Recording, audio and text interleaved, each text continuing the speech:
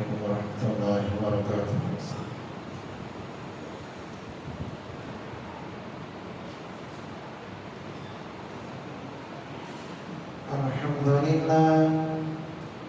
الحمد لله رب العالمين، نحمده ونستعينه ونستغفره ونؤمن به ونتوكل عليه ونعوذ بالله من شرور أنفسنا ومن سيئات أعمالنا.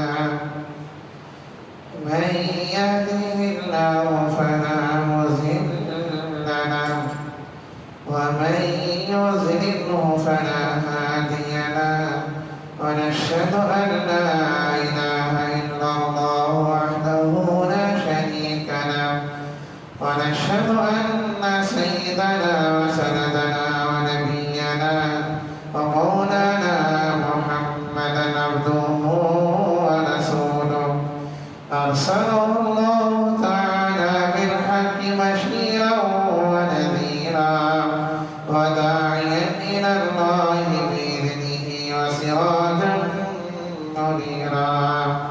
أما بعد، فأعوذ بالله من الشيطان الرجيم. بسم الله الرحمن الرحيم.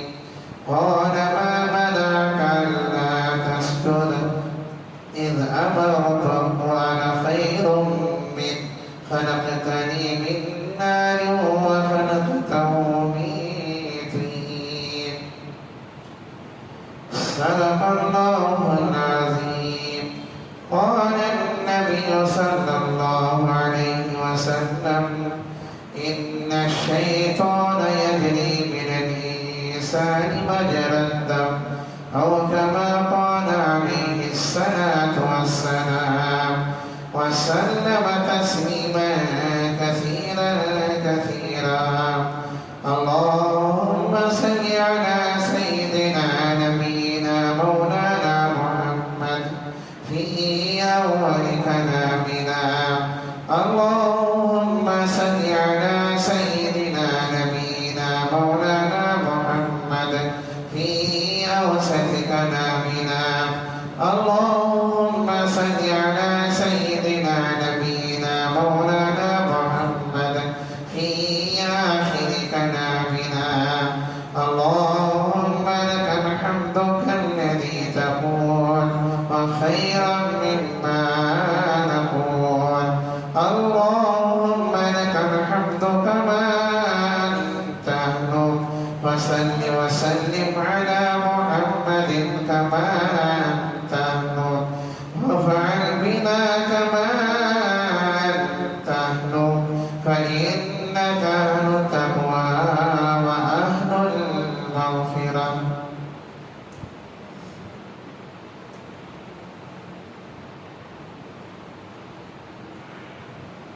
عزیزان گرامی، نوجوان ملت، حضرات محترم بزرگان دین،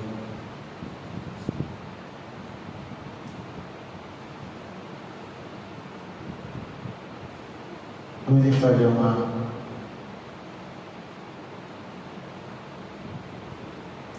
میں نے آپ حضرات کے سامنے حالات حاضرہ پر اور خصوصاً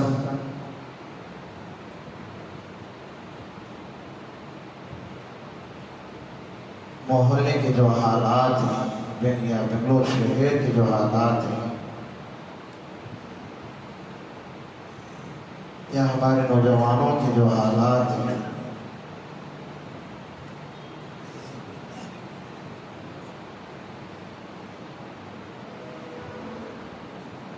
جو شراب کے نشے میں مست ہیں،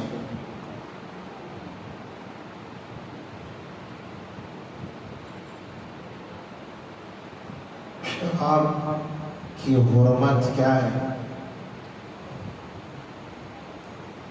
اور شریعت کے اندر شراب پینے والے کی کیا سزا ہوتی ہے،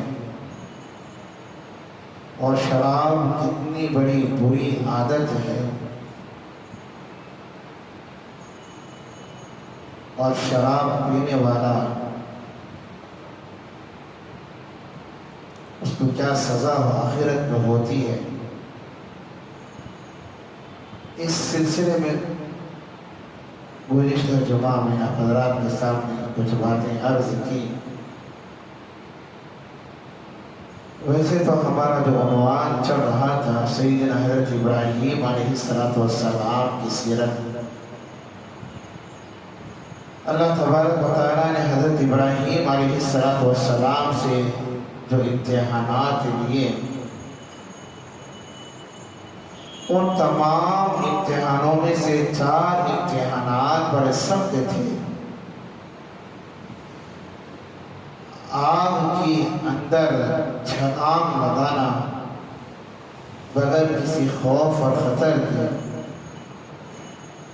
آگ میں کود جانا، یہ بڑا امتحان تھا حضرت ابراہیم علیہ السلام کے لیے۔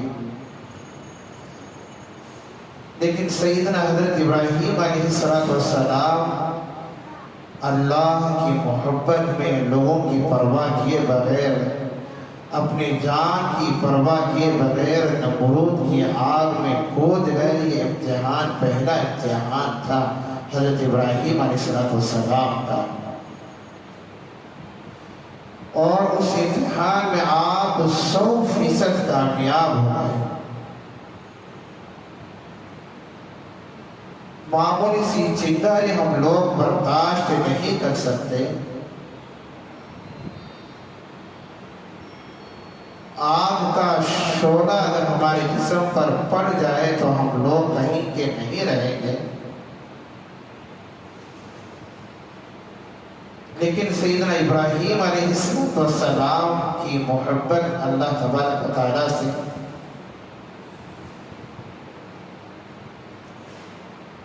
کہ جب نمرود اور نمرود کی قوم والے ابراہیم کے دشمن ہو گئے، اور آپ کی دعوت اور تبلیغ کا کام، دین کا کام، لوگوں کو اللہ کی طرف بلانے کا کام، بتوں کے سامنے سجدہ کرنے سے روکنے کا جو کام تھا، دن پر دن بڑھتا گیا۔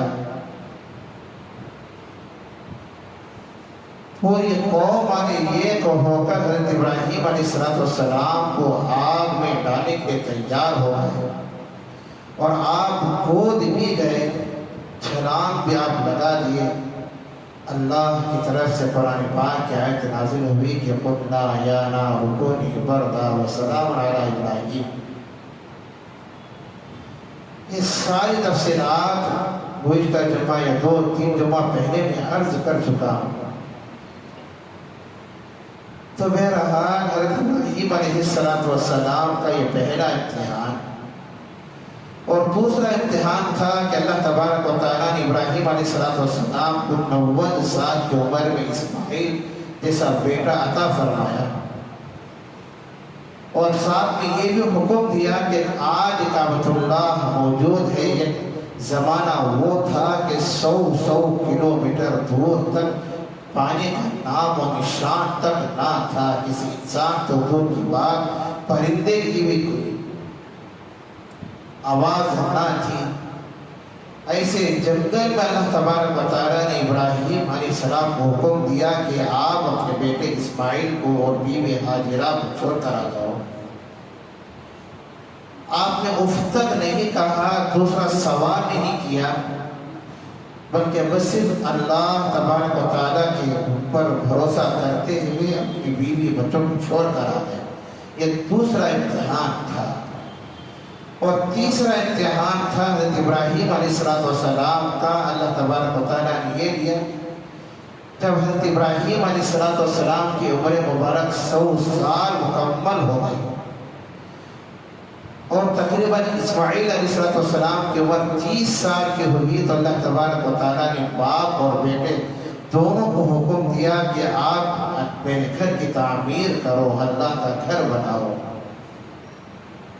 اس امتحان کے متعلق یہ تیسرا امتحان تھا، اور چوتھا امتحان حضرت ابراہیم علیہ السلام سے اللہ نے یہ دیا کہ جب حضرت ابراہیم علیہ السلام چلنے پھرنے کے قابل ہو گئے تو اللہ نے کہا کہ آپ اپنے بیٹے کو ذبح کرو۔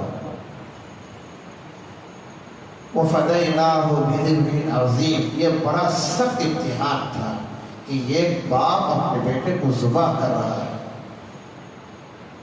انسان سوچ بھی نہیں سکتا کہ ابراہیم کیسے تیار ہو گئے کہ اپنے بیٹے کو ذبح کرنے کے لیے۔ یہ صرف اللہ ہی کی محبت میں آپ نے سب کچھ کام کیے۔ انشاءاللہ اس کے متعلق اگلی جمعہ میں آپ حضرات کے سامنے عرض کروں کہ آپ ابراہیم علیہ السلام نے کعبۃ اللہ کی تعمیر کیسے کی اور کعبۃ اللہ کتنی مرتبہ بنایا گیا۔ آج ایک الگ عنوان پر کہ بعض مرتبہ حالات کو دیکھتے ہوئے عنوان کو بدلنا بھی پڑتا ہے۔ ویسے تو حضرت ابراہیم علیہ السلام کی سیرت چل رہی تھی، لیکن ان دو امتحانوں کا اگلی جمعہ میں حضرات کے سامنے عرض کروں۔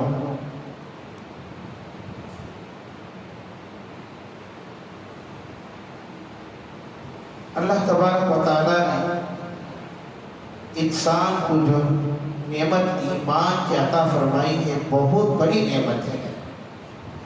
اتنی بڑی نعمت ایمان کی ہے کہ اس سے بڑھ کر کوئی اور نعمت اس کا بدل نہیں ہو سکتی۔ اس لیے علماء نے لکھا ہے کہ اللہ تبارک و تعالیٰ نے دو نعمتیں اللہ نے ایسی عطا فرمائی جس کا کوئی بدل نہیں ہے۔ ان میں سے پہلی نعمت ایمان کی نعمت ہے۔ ایمان کی نعمت اور اس کی قدر اس وقت معلوم ہوگی کہ جب اللہ تبارک و تعالیٰ کافروں کو جہنم میں ڈالنے کا فیصلہ فرمائے گا۔ یہ تو طے شدہ بات ہے کہ کافر جہنم ہی میں جائے گا، کیونکہ اللہ نے فرمایا کہ جو بغیر ایمان کی دنیا سے جاتا ہے خالدین فیہا ابدا، جہنم میں ہمیشہ رہ جاتا ہے۔ اگر بغیر ایمان کے دنیا سے چلا گیا ہمیشہ ہمیشہ کی جہنم ہے کافروں کے لیے۔ جب اللہ تبارک و تعالیٰ کافروں کو اٹھا کر جہنم کے اندر ڈالیں گے تو پھر ان الذین کفروا وماتوا وهم کفار فلن یقبل من احدهم ملء الارض ذهبا ولو افتدی به۔ اس وقت کافر جہنم کی آگ سے بچنے کے لیے زمین بھر کر بھی اللہ کے دربار میں سونا پیش کرنا چاہیں گے کہ اللہ ہم تیرے دربار میں زمین بھر کر سونا پیش کرنا چاہتے ہیں تاکہ تو جہنم کی آگ سے آپ بچا دے۔ تو جہنم کا جو فیصلہ آپ نے کیا ہے اس فیصلے کو آپ واپس لے لیں، جہنم کی آگ سے بچانے۔ ان الذین کفروا وماتوا وهم کفار فلن یقبل من احدهم ملء الارض ذهبا ولا افتدی به اولئک لهم عذاب علیم۔ اللہ تبارک و تعالیٰ کہیں گے کہ فلن یقبل من احدهم، اگر زمین بھر کر بھی سونا چاندی پیش کرے تو اللہ ہرگز قبول نہیں فرمائے گا، کیونکہ یہ تو بات اللہ تبارک و تعالیٰ نے جہنم کا فیصلہ فرما دیا تو فرما دیا، بس کافروں کے لیے جہنم ہی ہے۔ اولئک لهم عذاب علیم، دردناک عذاب ہے۔ وما لهم من ناصرین، یہ قرآن پاک کی آیت کا ترجمہ ہے۔ کافروں کے اس وقت کوئی مدد کرنے والا نہیں ہوگا۔ آج دنیا کے اندر یہ دوسرے کے لوگ مدد تو ضرور کرتے ہیں، لیکن یہ کافروں کو جہنم میں جب جانے کا اللہ فیصلہ فرمائیں گے تو پھر کوئی مدد کرنے والا نہیں ہوگا۔ اللہ سنیں گے ہی نہیں۔ جب اللہ تبارک و تعالیٰ سنیں گے نہیں تو پھر مدد کیسا فرمائے، مدد کیسے کرے؟ اس لیے حدیث پاک کے اندر آتا ہے کہ رسول علیہ السلام نے ارشاد فرمایا کہ ایمان کو بچاؤ، ایمان کو بچاؤ، تجددوا ایمانکم، جددوا ایمانکم، اپنے ایمان کو تازہ کرتے رہا کرو۔ صحابہ نے پوچھا کہ یا رسول اللہ ایمان تازہ کس طرح ہوگا؟ تو اللہ کے نبی نے فرمایا کہ کلمے کی تلقین کرو، آپس میں دین کی باتوں کا مذاکرہ کرو، آپس میں صحابہ کی سیرت کی، نبی کی سیرت کی مطالعہ کرو، مذاکرہ کرو، پھر ایمان تازہ ہوگا۔ اللہ کے رسول علیہ السلام نے حدیث پاک کے اندر فرمایا کہ یہ زمانہ قیامت کے قریب ایسا آئے گا کہ لوگ کریں گے صبح ایمان کے حالت میں، لیکن شام ہوتے ہوتے کافر ہو جائیں گے، اور شام کریں گے ایمان کی حالت میں، صبح ہوتے ہوتے کافر ہو جائیں گے۔ پھر اللہ کے نبی نے فرمایا کہ اپنے ایمان کو دنیا کے تھوڑے سے ساز و سامان کے خاطر، دنیا کے تھوڑے سے سامان کے خاطر اپنے ایمان کو بیچ دیں گے۔ آج یہی زمانہ چل رہا ہے جو آج سے 1400 سال پہلے اللہ کے رسول نے فرمایا تھا، ایک زمانہ قیامت کے قریب ایسا ہی آئے گا۔ تو آج یہی زمانہ چل رہا ہے، کیونکہ ایمان کو بچانا مشکل ہے۔ آپ اخبار دیکھتے ہوں گے، اخبار پڑھتے ہوں گے، نیوز سنتے ہوں گے کہ حالات مسلمانوں کے کیسے چل رہے ہیں، کتنی زیادہ خطرناک ایمان والوں پر حالتیں آ رہے ہیں۔ ایمان والے ایمان سے ایمان دھو بیٹھ رہے ہیں، اور خصوصاً ہمارے مسلمان لڑکیاں، اللہ حفاظت فرمائے، اللہ معاف فرمائے، مرتد ہو رہے ہیں۔ کہ آج سے 1400 سال پہلے اللہ کے رسول علیہ السلام نے جو ارشاد فرمایا کہ یہ حدیث صحیح نہیں ہو رہی ہے، بالکل صحیح ثابت ہو رہے ہیں۔ اللہ کے نبی علیہ السلام نے دعا فرمائی تھی، اللہ کے نبی علیہ السلام ہمیشہ دعا فرمایا کرتے تھے کہ اللہ میری امت سے سختیوں کو دور فرما، میری امت میں وہ سختی نہ فرمانا جو پچھلی امتوں میں آپ نے سختی کو نازل فرمائی تھی۔ اگر بندہ گناہ کرتا ہے تو پھر اللہ تبارک و تعالیٰ درگزر فرما دیتے ہیں۔ ایمان اتنی بڑی چیز ہے، حدیث پاک کے اندر آتا ہے نا کہ اللہ کے نبی علیہ السلام نے ارشاد فرمایا ان الاسلام یہدم من کان قبلا، ان الاسلام یہدم من کان قبلا۔ ایمان ایک ایسی چیز ہے، انسان اگر 100 سال 90 سال کفر کی حالت میں زندگی گزارتا ہے، کافر بن کر زندگی گزارتا ہے، لیکن انتقال سے پہلے ایمان قبول کر لیتا ہے، اپنے گناہوں سے معافی مانگ لیتا ہے، ایمان قبول کر لیتا ہے، کلمہ پڑھ کر مسلمان ہو جاتا ہے۔ اللہ کے رسول علیہ السلام نے ارشاد فرمایا کہ کلمہ پڑھ کر مسلمان ہونے کی وجہ سے 80 سال کے 90 سال کے جو گناہ اس نے کیے تھے، یہ اسلام ایسا اسلام ہے کہ 80 سال کے گناہ اس کے معاف ہو جاتے ہیں۔ ان الاسلام یہدم من کان قبلا۔ حالانکہ پوری زندگی مسجد کو نہیں آیا، اللہ کا در چھوڑ کر مندروں کا در پکڑا رہا، گھنٹی بجاتا رہا، کبھی اللہ کے سامنے سجدہ نہیں کیا، اس پیشانی کو اللہ کے سامنے نہیں جھکایا۔ اپنی زندگی کے 70 سال ہو گئے، 90 سال ہو گئے اپنی زندگی کے، پوری زندگی کفر کے حالت میں زندگی گزارا، لیکن ایمان انتقال سے کچھ دن پہلے یا کچھ منٹ پہلے یا کچھ وقت پہلے ایمان قبول کر لیتا ہے، اسلام قبول کر لیتا ہے، تو اللہ کے نبی انتقال ہوتی کلمہ پڑھتی مسلمان بھی ہو گیا، کلمہ پڑھتی مسلمان بھی ہو گیا، اور مسلمان ہونے کے بعد نماز نہیں پڑھا، قرآن نہیں پڑھا، زکوٰۃ نہیں دیا، حج نہیں کیا، عمرہ نہیں کیا، صرف کلمہ پڑھ کر ایمان کے اندر داخل ہوا ہے۔ ایمان کے اندر داخل ہوتے ہی مسلمان کے حالت میں انتقال ہو گیا۔ اللہ کے رسول علیہ السلام نے ارشاد فرمایا کہ ان الاسلام یہدم من کان قبلا، کہ اسلام قبول کرنا اس کے تمام پچھلے گناہوں کا کفارہ بن جاتا ہے، اس کے پچھلے تمام گناہ معاف ہو جائے، سیدھا مرتی سیدھا جنت ہے، انتقال ہوتی سیدھا جنت ہے، کیونکہ ابھی اسلام قبول کیا ہے، اب انتقال ہو گیا تو سیدھا جنت ہے۔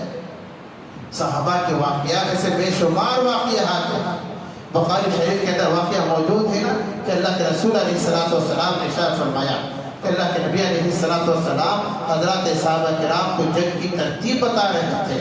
جنگ کے موقع پر ایک دیہات کے رہنے والے دیہات جو ہے ادب کا لحاظ نہیں کرتے، کبھی کبھار آ کر اللہ کے نبی علیہ السلام درمیان میں موجود رہتے ہیں، اللہ کے نبی ہی سے پوچھا کرتے تھے کہ محمد منکم، کہ تم میں سے محمد کون ہے؟ کیونکہ دیہات کے رہنے والے پتہ نہیں ہوتا ان کو تمیز کیا ہے، ادب کیا معلوم نہیں ہے. خیر یہ دیہات کے رہنے والے تھے تو یہ دیہات سے اللہ کے نبی کے پاس آئے اور آ کر کہا کہ اللہ کے رسول علیہ السلام آپ جنگ کی لوگوں کو ترتیب بتا رہے ہیں، جنگ کی ترغیب دے رہے ہیں. اگر میں اسلام قبول کر لوں تو پھر مجھے کیا ملے گا؟ تو اللہ کے رسول علیہ السلام نے ارشاد فرمایا کہ اگر اسلام قبول کریے تو پھر مسلمان بن جاؤ گے. پھر اللہ کے نبی نے ارشاد فرمایا، پھر انہوں نے پوچھا کہ اللہ کے رسول اگر میں ایمان قبول کرنے کے بعد مجھے کرنا کیا ہے؟ اللہ کے رسول علیہ السلام کی عادت شریفہ تھی کہ اس وقت جو عمل چلتا تھا حضرات صحابہ کرام کو اسی عمل کی ترغیب دیتے. اگر حج کے موقع پر کوئی اسلام قبول کرتا تو اللہ کے نبی سے آ کر سوال کرتا کہ یا رسول اللہ صلی اللہ علیہ وسلم میں نے اسلام تو قبول کر لیا ہے، اب مجھے کرنا کیا ہے؟ تو اللہ کے نبی فرماتے ہیں کہ دیکھو حج کے ایام چل رہے ہیں، جا کر یہ کام کرو. اگر عمرے کے ایام چلتے تو اللہ کے نبی فرماتے ہیں کہ عمرہ کرو، یا کوئی اور دن اگر کوئی قربانی کے ایام چلتے ہیں یا زکات کے ایام چلتے تو اللہ کے رسول علیہ السلام حضرات صحابہ کرام کو اسی طرح کی ترغیب دیا کرتے کہ یہ عمل کرو، یہ عمل کرو. اگر کوئی نماز کے وقت آ کر اسلام قبول کرتا تو اللہ کے نبی فرماتے کہ دیکھو نماز کا وقت ہے، نماز پڑھو. تو اللہ کے نبی کی یہ عادت تھی کہ جس وقت جو عمل چل رہا ہوتا اسی کام پر اللہ کے نبی علیہ السلام حضرات صحابہ کرام کو اور ایمان قبول کرنے والوں کو جو ہے مصروف کر دیتے. تو وہ دیہات کے رہنے والے اللہ کے نبی کے پاس آئے اور آ کر کہا کہ اللہ کے رسول مجھے اب کرنا کیا ہے؟ تو اللہ کے نبی نے فرمایا کہ سامنے جہاد کا عمل چل رہا ہے، جہاد میں شریک ہو جاؤ. تو انہوں نے پوچھا کہ اللہ کے رسول علیہ السلام اگر میں جہاد میں شریک ہو گیا، اگر مر گیا تو پھر مجھے کیا ملے گا؟ تو اللہ کے نبی نے فرمایا کہ مر گئے تو سیدھا جنت ہے، اگر واپس آئے گے تو مجاہد کا لقب ہوگا، جہاد اور مجاہد کا ثواب تمہیں ملے گا. تو بہرحال پھر انہوں نے پوچھا کہ اللہ کے رسول علیہ السلام یہ میرے پاس چند بکریاں ہیں، یہ امانتیں ہیں، میری تو نہیں ہیں، ان بکریوں کا میں کیا کروں؟ تو انہوں نے اللہ کے رسول نے فرمایا ایک کام کرو کہ نیچے سے مٹی اٹھا کر مجھے دو. اللہ کے نبی علیہ السلام کو اس دیہات کے رہنے والے شخص نے کچھ مٹی اٹھا کر اللہ کے نبی کو دیا. اللہ کے رسول نے کچھ پڑھ کر پھر ان کے ہاتھ میں دیا اور کہا کہ یہ مٹی ان بکریوں پر پھینک دو، وہ اپنے مالک کے پاس پہنچ جائیں گے. اللہ کے رسول علیہ السلام کا یہ معجزہ تھا. اللہ کے نبی علیہ السلام نے کچھ پڑھ کر دم کیا، پھر دیہات کے رہنے والے شخص نے بکریوں پر پھینک دیا تو پھر وہ اپنے مالک کی طرف لوٹ گئی. پھر اللہ کے نبی علیہ السلام اللہ کے نبی سے فرمایا کہ اللہ کے رسول مجھے اب کرنا کیا؟ جہاد میں شریک ہو جاؤ. تو جہاد میں گئے، لڑتے رہے. کچھ دیر کے بعد خبر آئی کہ وہ شہید ہو گئے، انتقال ہو گئے. حالانکہ اسلام ابھی قبول کیے ہیں لیکن خبر آئی کہ وہ انتقال ہو گئے. اللہ کے رسول علیہ السلام نے صحابہ سے فرمایا کہ دیکھو ابھی تھوڑی دیر پہلے جس نے ایمان قبول کیے تھے یہاں پر نظر نہیں آ رہے ہیں، کیا بات ہے؟ جا کر دیکھو. تو اللہ کے نبی نے صحابہ کو دوڑایا، حضرات صحابہ کرام گئے اور جا کر دیکھا کہ اللہ کے رسول علیہ السلام کو اطلاع دی کہ اللہ کے رسول کا تو انتقال ہو گیا ہے. اللہ کے نبی نے فرمایا کہ مجھے ان کے پاس لے کر چلو. اللہ کے رسول علیہ السلام کو ان کے پاس لے کر گئے. اللہ کے نبی علیہ السلام نے دیہات کے رہنے والے شخص کے سامنے کھڑے ہو کر ارشاد فرمایا کہ اگر کسی ایسے شخص کو دیکھنا چاہتے ہو، اگر کسی ایسے شخص کو دیکھنا چاہتے ہو جنہوں نے پوری زندگی میں نماز نہیں پڑھا، جنہوں نے پوری زندگی میں حج بھی نہیں کیا، جنہوں نے پوری زندگی میں قربانی بھی نہیں کی اور اللہ کے دربار میں اللہ کے سامنے اپنی پیشانی کو نہیں جھکایا لیکن مر کے سیدھا جنت میں چلے گئے، تو اللہ کے نبی نے اس شخص کی طرف، اس دیہات کے رہنے والے کی طرف اشارہ کر فرمایا کہ دیکھو یہ شخص بغیر کی نماز بھی نہیں پڑھا پوری زندگی، قرآن نہیں پڑھا پوری زندگی، حج نہیں کیا پوری زندگی، عمرہ نہیں کیا پوری زندگی، لیکن مر کے سیدھا جنت میں چلا گیا. تو دیکھو یہ شخص ہے. تو اللہ کے نبی نے اس کی طرف اشارہ کر فرمایا کہ دیکھو یہ شخص جنتی ہے. بتانا یہ مقصد ہے. امام بخاری رحمۃ اللہ علیہ نے اس واقعے کو لکھا ہے. بتانا یہ مقصد ہے کہ اسلام ایک بڑی دولت ہے، بہت بڑی نعمت ہے. ان الاسلام یہدی من کان قبلہ، اسلام ایسی نعمت ہے کہ اس کا کوئی بدل نہیں ہو سکتا. اسی نعمت کو دنیا سے بچا کے لے کر جانا ہے. اور گناہوں کی وجہ سے آخر وقت میں ایسا بھی وقت آتا ہے انسان صبح سے لے کر شام تک گناہ کے اندر مبتلا ہوتا ہے۔ اللہ معاف فرمائے۔ حضرات علماء کرام نے گناہوں کے نقصانات کی کتابیں لکھی ہیں، اردو میں بھی کتابیں ہیں، انگلش میں بھی کتابیں ہیں۔ گناہوں کے نقصانات کیا کیا ہیں؟ آج انسان جو دنیا کے اندر گناہ کرتا ہے نا، اس کا نقصان کا اسے علم نہیں ہے کہ اگر میں نے یہ گناہ کیا تو اس کی سزا یہ ہے، میں نے یہ گناہ کیا تو اس کی سزا یہ ہے، میں نے فجر کی نماز چھوڑ دیا تو اس کی سزا یہ، ظہر کی نماز چھوڑ دیا تو اس کی سزا یہ، اگر میں نے کسی کو تکلیف دیا تو اس کی سزا یہ ہے، اگر کسی کا میں نے مال ناحق چھین لیا تو اس کی سزا یہ ہے، اگر میں نے زنا کیا تو اس کی سزا یہ ہے، اگر میں نے دنیا کے اندر شراب پیا تو اس کی سزا یہ ہے، اگر میں نے دنیا کے اندر کسی عورت کے ساتھ ناجائز تعلقات رکھے، کسی غیر محرم عورت کو میں نے دیکھا، کسی عورت کے ساتھ میں نے بدکاری کی تو اس کی سزا یہ ہے۔ حضرات علماء کرام پر قربان جاؤ، حضرات علماء کرام نے ایسے ایسے کتابیں لکھی ہیں۔ گناہوں کے نقصانات ایک بڑی کتاب ہے، اس کتاب کے اندر تمام باتوں کا تذکرہ کیا گیا ہے کہ فلاں فلاں گناہ کرنے سے انسان کیسے کیسے سزا کے اندر مبتلا ہو جاتا ہے، ماں باپ کی نافرمانی کرنے سے انسان کے اندر دنیا کے اندر کیا کیا مصیبتیں آتی ہیں، اللہ معاف فرمائے۔ اس لیے حدیث پاک کے اندر فرمایا گیا نا کہ اللہ کے رسول علیہ السلام نے ارشاد فرمایا کہ اللہ تبارک و تعالیٰ ہر گناہ کی سزا کو مؤخر کر دیتے ہیں، یعنی ہر گناہ کی سزا بعد میں اللہ تبارک و تعالیٰ دیتے ہیں، فوراً تو نہیں دیتے۔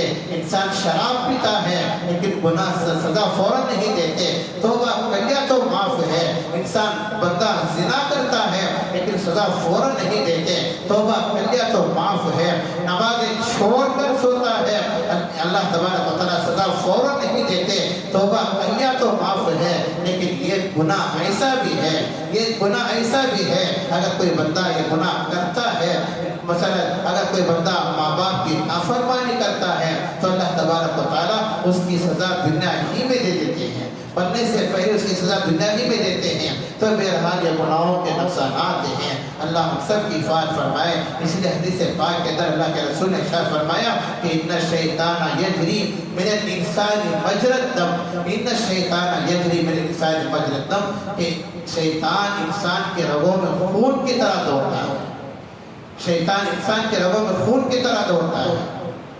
میں نے خطبے کے شروع میں آیت شریفہ آپ کے سامنے تلاوت کی کہ قال ما منعك الا تسجد اذا مرت، شیطان سے پوچھا گیا، شیطان تو یہ وقت وہ تھا جسے آج ابلیس ہم کہتے ہیں، تمام شیاطین کا سردار تھا ابلیس، اس کا لقب تھا۔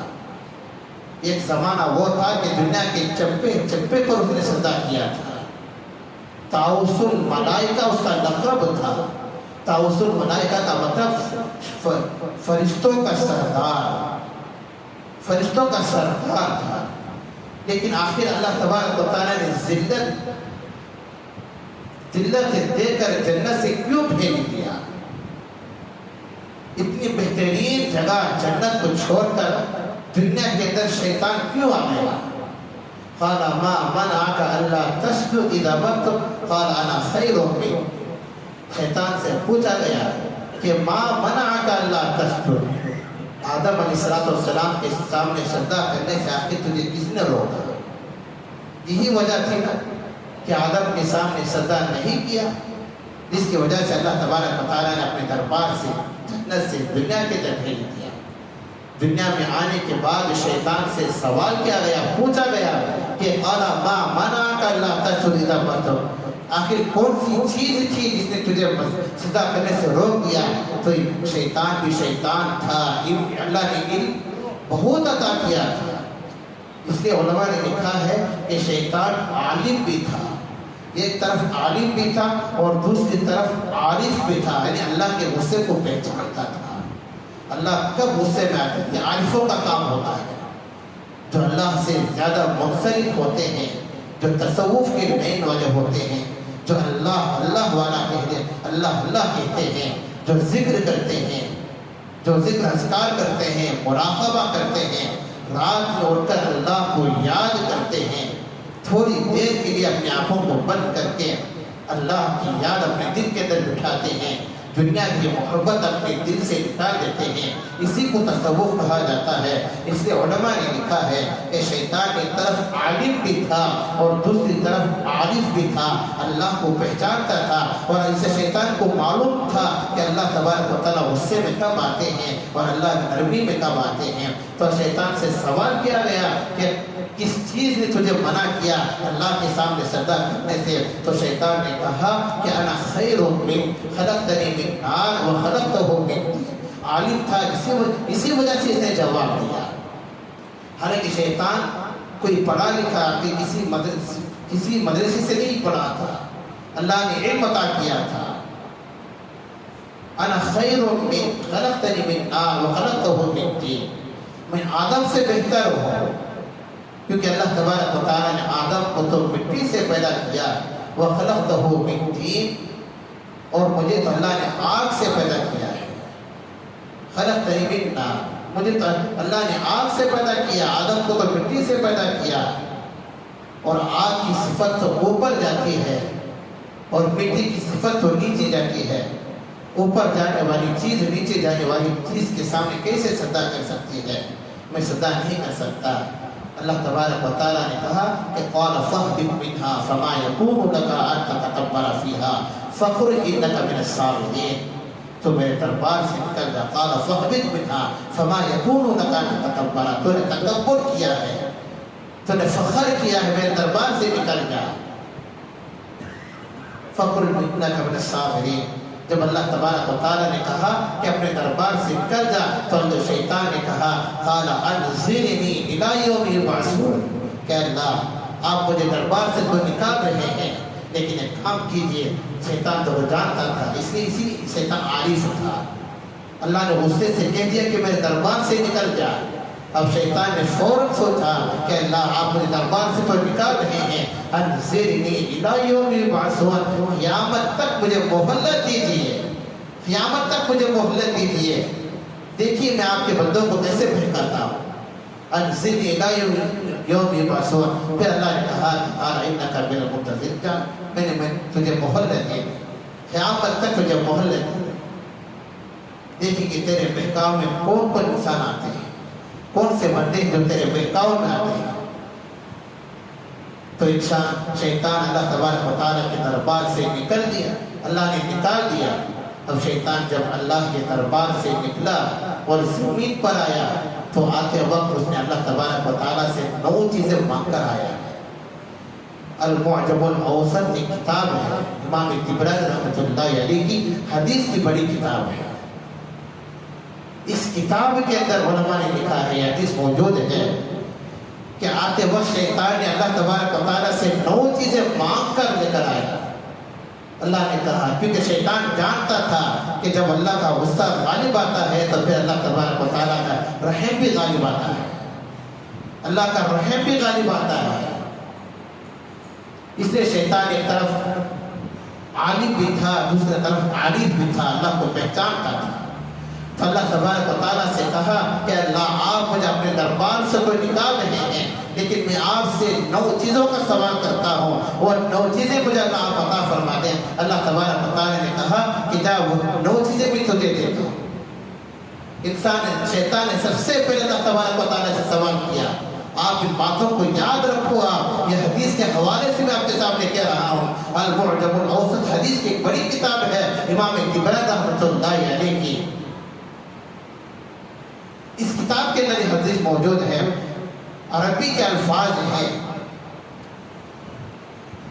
شیطان نے اللہ تبارک و تعالیٰ سے کہا کہ اللہ آپ مجھے دربار سے تو نکال رہے ہیں، جنت سے تو نکال رہے ہیں، لیکن میں دنیا کے اندر جانے کے بعد کہاں رہوں؟ مجھے کسی چیز کا گھر کا انتظام کر دیں، کوئی گھر کا مجھے انتظام کر دیں، ایسی کوئی چیز عطا کر دیں جس گھر کے اندر میں رہوں۔ تو اللہ تبارک و تعالیٰ نے کہا کہ جب وہ تجھے میں دے دیتا ہوں کہ دنیا کے اندر تیرا گھر بیت الخلا اور حمام تیرے گھر ہے۔ آج دنیا کے اندر جتنے بیت الخلا ہیں یا حمام ہیں یا غسل خانے ہیں، یہ شیاطین کے گھر ہیں، کیونکہ اللہ تبارک و تعالیٰ سے یہ مانگ کر لے کر آیا ہے۔ اسی لیے حدیث پاک کے اندر فرمایا گیا نا کہ اللہم انی اعوذ بک من الخبث والخبائث. یہ دعا بتائی گئی ہے کہ جب تم بیت الخلا جاؤ تو اللہ تبارک و تعالیٰ کے یہ شیطان سے حفاظت چاہتے ہوئے جاؤ، کیونکہ ہر بیت الخلا کے اندر اور ہر حمام اور غسل خانے کے اندر شیاطین موجود رہتے ہیں. حدیث پاک کے اندر یہ بھی فرمایا گیا کہ جب بندہ دعا پڑھ کر اندر داخل ہوتا ہے تو پھر اللہ تبارک و تعالیٰ شیطان اور اس بندے کے درمیان پردہ کر دیتے ہیں، جس کی وجہ سے شیطان بندے کو نہیں دیکھ پاتا. پھر اپنی ضرورت پوری کر کے بندہ فارغ ہو کر آ جاتا ہے. لیکن اللہ نہ کرے بغیر دعا کے اندر داخل ہو گیا، بغیر دعا کے اندر داخل ہو گیا، حدیث پاک کے اندر آتا ہے کہ شیطان اس کی شرمگاہ سے کھیلتا رہتا ہے. حدیث کے الفاظ ہیں انسان کی شرمگاہ سے کھیلتے رہے. یہ دعا اللہ کے نبی نے بتائی ہے کہ اللہم انی اعوذ بک من الخبث والخبائث، کہ بیت الخلا کے اندر رہنے والے خبیث سے، شیاطین سے، جنات سے پناہ مانگا کرو. یہ حدیث ہے. دعا پڑھ کر چلے گئے تو پھر بچ گئے. تو شیاطین کے گھر ہیں. آج دنیا کے اندر جتنی بھی بیت الخلا یا حمام خانے ہیں یا غسل خانے ہیں، اللہ نے دے دیا ہے کہ یہ تیرا گھر ہے، کیونکہ اللہ سے مانگ کر لے کر آیا اور جنت میں کئی سالوں تک تھا. اللہ کو رحم بھی آیا، اللہ کو رحم بھی آیا. اس لیے اللہ نے دیا کہ جا تجھے 9 چیزیں بھی تجھے عطا کرتا ہوں، 9 چیزیں بھی تجھے دے دیتا ہوں. 9 چیزوں میں سے پہلی چیز اس نے اللہ نے سے یہی مانگا کہ اللہ مجھے رہنے کے لیے گھر عطا کر. تو اللہ نے کہا کہ دنیا کے اندر جتنے بیت الخلا ہیں یا حمام ہیں یا پھر جتنے بھی ہیں یہ تیرے گھر ہیں. پھر اس نے دوسری چیز اللہ تبارک و تعالیٰ سے مانگی کہ اللہ تو نے دنیا کے اندر رہنے کے لیے گھر تو مجھے دے دیے ہیں، گھر تو مجھے دے دیا، رہنے کے لیے مکان تو مجھے بتا دیا، لیکن اے اللہ دنیا کے اندر ایسی چیز عطا کر، یہاں سے جانے کے بعد کوئی ایسی چیز مجھے عطا کر تاکہ جس کے ذریعے سے میں پھرا سکوں. یعنی میری بیٹی کی جگہ کوئی چیز ایسی مجھے دے دے جہاں میں گپ شپ کر سکوں، ٹائم پاس کر سکوں. تو اللہ نے کہا کہ وہ بھی تجھے دیتا ہوں. وہ چیز تیرے لیے بازار ہے. بازار اس لیے حدیث پاک کے اندر فرمایا گیا نا کہ اللہ کے نبی نے ارشاد فرمایا کہ دنیا کے اندر سب سے زیادہ اگر کوئی چیز اللہ کو ناپسند ہے تو بازار ہے، اور سب سے زیادہ اگر کوئی پسندیدہ چیز ہے تو مساجد ہے. سب سے زیادہ ناپسندیدہ چیز بازار ہے. اس لیے حدیث سے فرمایا گیا کہ جب بازار جاؤ تو پھر کلمے تیسرا کلمہ چوتھا کلمہ پڑھتا رہا کرو، اور بغیر ضرورت کے بازار نہ جاؤ، کیونکہ اگر بازار چلے گئے تو پھر فتنے کا اندیشہ ہے. آپ نے دیکھا ہوگا کہ بازار اگر ضرورت پر جانا ہی پڑتا ہے تو پھر کچھ نہ کچھ ہو ہی جاتا ہے کہ کسی غیر محرم بات سے اور سے بات بھی کرنا پڑتا ہے یا دیکھنا بھی پڑتا ہے. نظروں کی حفاظت صحیح نہیں رہتی، کیونکہ شیطان کا دھوکہ ہے. شیطان کچھ نہ کچھ کرا دیتا ہے. ضرورت سے اگر بغیر ضرورت کے تو جانا ہی نہیں ہے، لیکن ضرورت سے بھی جانا پڑ جائے تو پھر آنکھیں ایک جگہ نظر نہیں ہوتی، آنکھیں ایک جگہ نہیں ہوتی، چاروں طرف آنکھیں گھومتی رہتی ہے. یہی شیطان کا دھوکہ ہے، یہی شیطان کا عمل ہے. اس لیے شیطان اللہ تبارک و تعالیٰ سے مانگ کر لے کر آیا ہے کہ اللہ ایسی کوئی چیز مجھے عطا کر جہاں میں رہ سکوں، جہاں میں پھر سکوں، جہاں میں بیٹھ سکوں. اللہ نے کہا کہ جا وہ چیز بھی میں تجھے دے دیتا ہوں. وہ بازار ہے. بازار شیاطین کی جگہ ہے، بازار شیاطین کی جگہ ہے. یہ دوسری چیز ہے. پھر اللہ تبارک و تعالیٰ سے اس نے مانگا کہ اللہ آپ نے رہنے کے لیے مجھے گھر تو دے دیا اور پھرنے کے لیے بازار تو دے دیا، لیکن اللہ مجھے دنیا کے سے یہاں سے جانے کے بعد کھانے کی کوئی چیز عطا کر تاکہ میرا بھی پیٹ ہے، میں بھی پیٹ بھر سکوں. تو اللہ تبارک و تعالیٰ سے اس نے مانگا. اللہ تبارک و تعالیٰ نے کہا کہ یہاں سے جانے کے بعد تیرا ہر وہ کھانا تیرے پیٹ کے اندر داخل ہوگا جس کھانے پر بسم اللہ نہ پڑی گئی ہو، جس کھانے پر بسم اللہ نہ پڑی گئی ہو وہ کھانا تیرے پیٹ کے اندر داخل ہوگا. اس لیے حدیث پاک کے اندر آتا ہے نا، مشکات شریف کی روایت ہے. مشکات ایک حدیث کی بڑی کتاب ہے. مشکات کی روایت ہے کہ اللہ کے رسول علیہ السلام بیٹھے ہوئے تھے صحابہ کے درمیان. حضرت عیسیٰ صدیق رضی اللہ تعالیٰ عنہ اس حدیث کے راوی ہیں، فرماتی ہیں کہ اللہ کے نبی علیہ السلام کے پاس ایک شخص آئے دیہات کے رہنے والے، اور آ کر کہا کہ یا رسول اللہ صلی اللہ علیہ وسلم میں کھانا تو کھاتا ہوں لیکن پیٹ نہیں بھرتا۔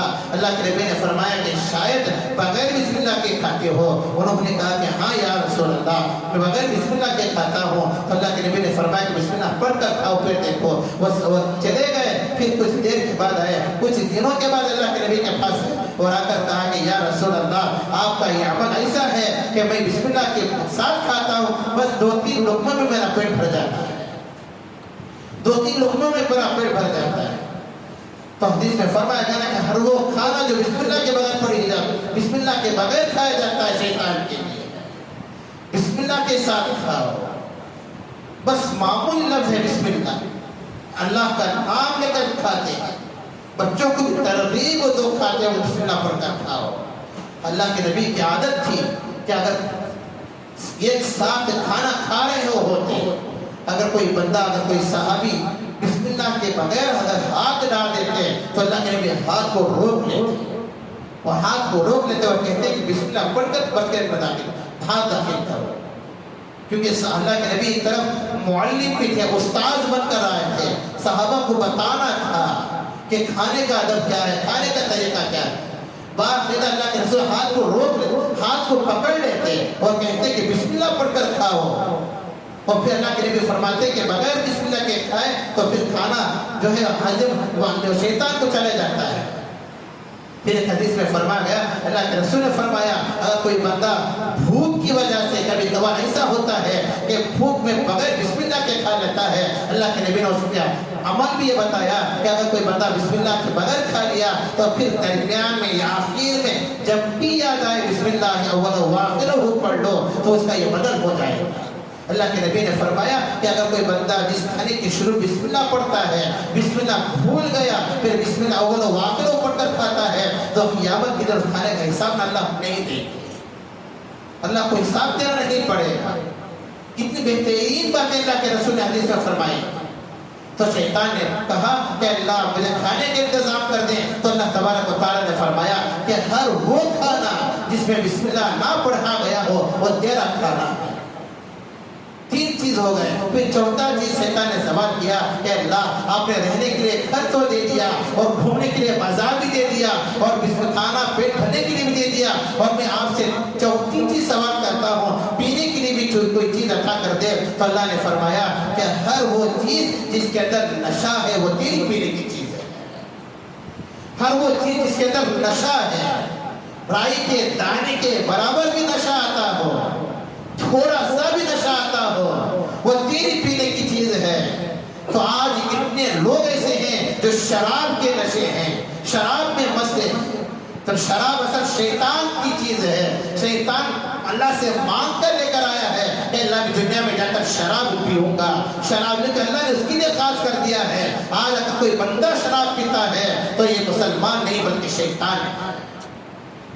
نہیں، اللہ شیطان اللہ سے مانگ کر لے کر آیا ہے نا، یہ 9 چیز اللہ سے مانگ کر لے کر آیا۔ آپ اس باتوں کو نوٹ کرو، آپ ہر وہ چیز جس کے اندر ذرا بھی نشہ ہو، یہ ایک دم فل نشہ نہ کوئی ضرورت نہیں، تھوڑا سا بھی نشہ آ گیا، رائی کے دانے کے برابر بھی نشہ آ گیا، سر میں چکر آ گیا کوئی چیز استعمال کر کر، اسی کو حرام کہا جاتا ہے۔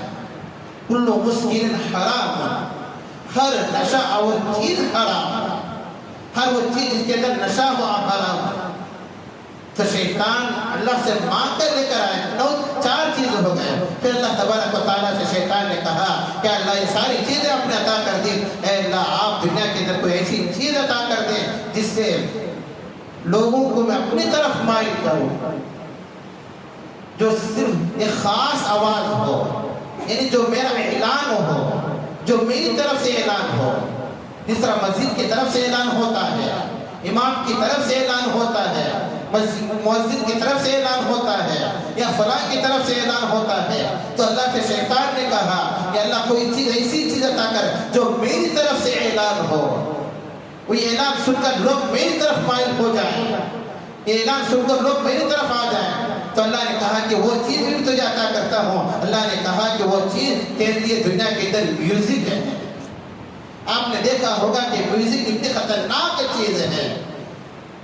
کتنا بھی شریف انسان کیوں نہ ہو, کتنا بھی نمازی انسان کیوں نہ ہو, اگر موبائل کی رنگ ٹون اگر گانے کے ساتھ بجتی ہے یا موبائل کی رنگ ٹون بجتی ہے, ادھر پاؤں ہلاتے رہتا ہے, یہ ہاتھ ہلاتے رہتا ہے, یا بچے ہلتے رہتے ہیں میوزک, صرف میوزک سن کر. تو یہ شیطان کی طرف سے ایک آواز ہے. حدیث پاک کے اندر فرمایا گیا کہ اللہ کے نبی نے فرمایا کہ جو میوزک سنتا ہے یا گانا سنتا ہے, دل کے اندر نفاق پیدا ہو جاتا ہے. نفاق کا مطلب یہ ہے کہ وہ آدمی منافق جیسا عمل کرتا ہے. نفاق جیسا پیدا ہو جاتا ہے, نفاق پیدا ہو جاتا ہے. اس لیے میوزک سننے سے منع کیا گیا, گانے سننے سے منع کیا گیا. اس لیے علماء کہتے ہیں نا کہ قوالی کو مت سنا کرو, قوالی مت سنا کرو.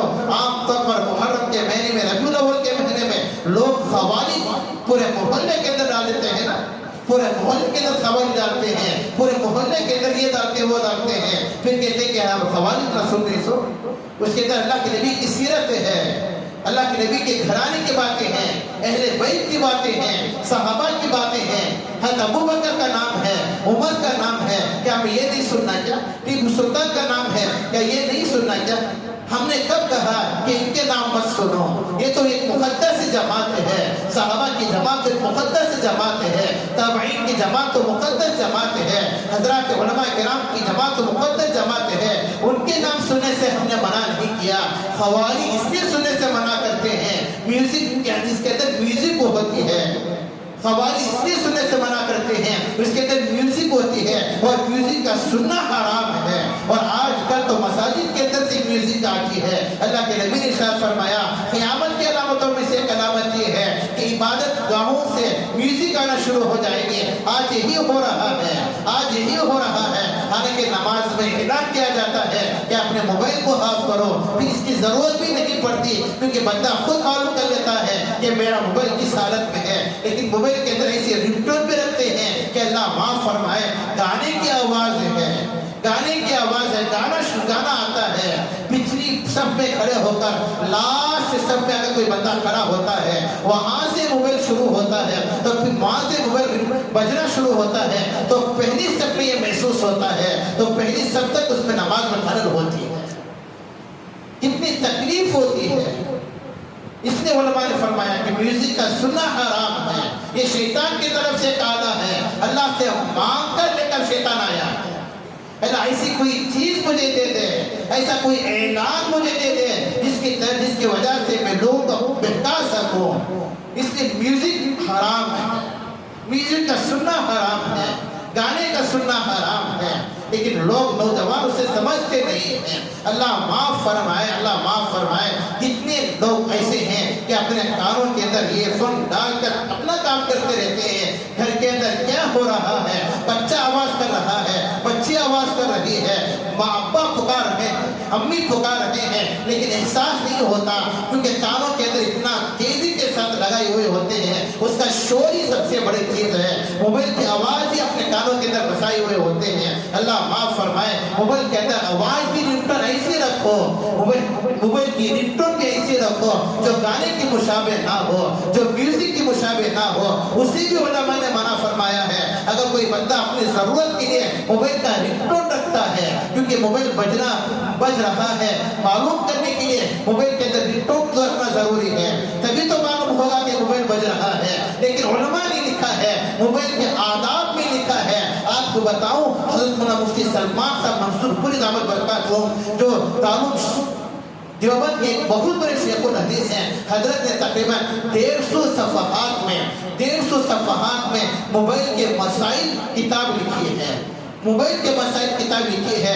آج موبائل ایسا نہیں کہ جیسا چاہے استعمال کرو, جیسا چاہے استعمال کرو. خصوصاً وہ نوجوان, خصوصاً وہ لوگ جو بڑا موبائل استعمال کرتے ہیں, جو بڑا موبائل استعمال کرتے ہیں, جو موبائل کے اندر ہر وہ چیز رکھتے ہیں کہ اللہ کو جواب دینا پڑے گا. آپ کو ضرورت کے لیے موبائل دیا گیا ہے,